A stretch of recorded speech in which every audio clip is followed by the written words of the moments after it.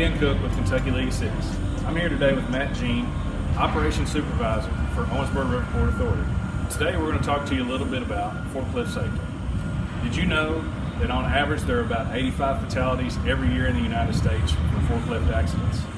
The number one cause of forklift fatalities is tip-over accidents and being crushed by the forklift because operators were not wearing their seatbelt. Today, Matt's going to go over a few things about forklift safety. Matt?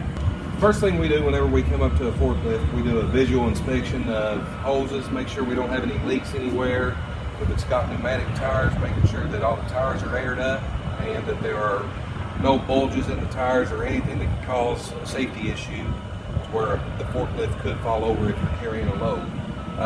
I'm inspecting my hoses, making sure that none of the hoses have any tears or wears in them, where any wires are showing, anything that could cause hazard as you're operating that could cause a malfunction in the forklift. This forklift is a propane forklift. I'm inspecting the tank itself, making sure that there's no dents in the tank, looking at the fuel line, checking to see if I smell any fuel, making sure the line's good and intact, making sure that the tank is full of fuel for my day operation. The other thing I'm looking at is the windows, making sure all the windows, if the forklift does have windows, making sure all the windows are intact, making sure that none of them are about to fall out during operation, making sure there's no cracks in the windows. As I get up here to the cab, I'm checking to make sure that there's no debris left inside the forklift that could get stuck underneath my brake pedal to where I can't stop the load properly, making sure there's nothing that's going to fall off as I'm operating this forklift for the day.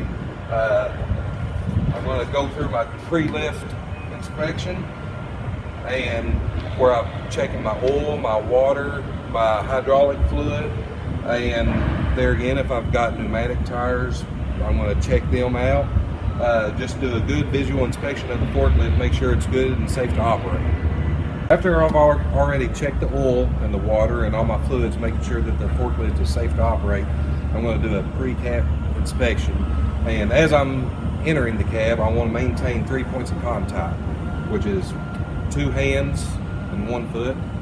And that way, if there's no chance of slipping and falling, and if I do, I'm able to catch myself. So I will enter into the forklift itself.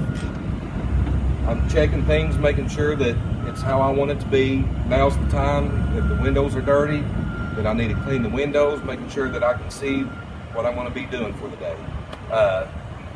First thing I'm going to do is put my seatbelt on.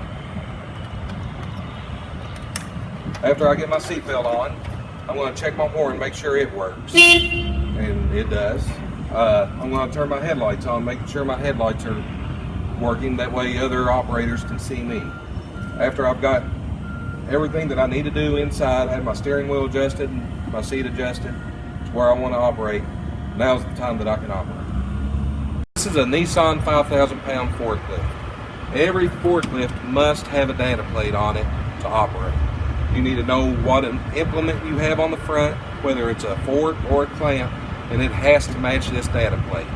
And this forklift is capable of picking up 4,500 pounds. The machine itself weighs 8,700 pounds. The further your load is out on the forks, the more it changes the stability of the forklift and causes more of a tipping hazard. When traveling in a forklift, you want to keep your forks as close to the ground as possible.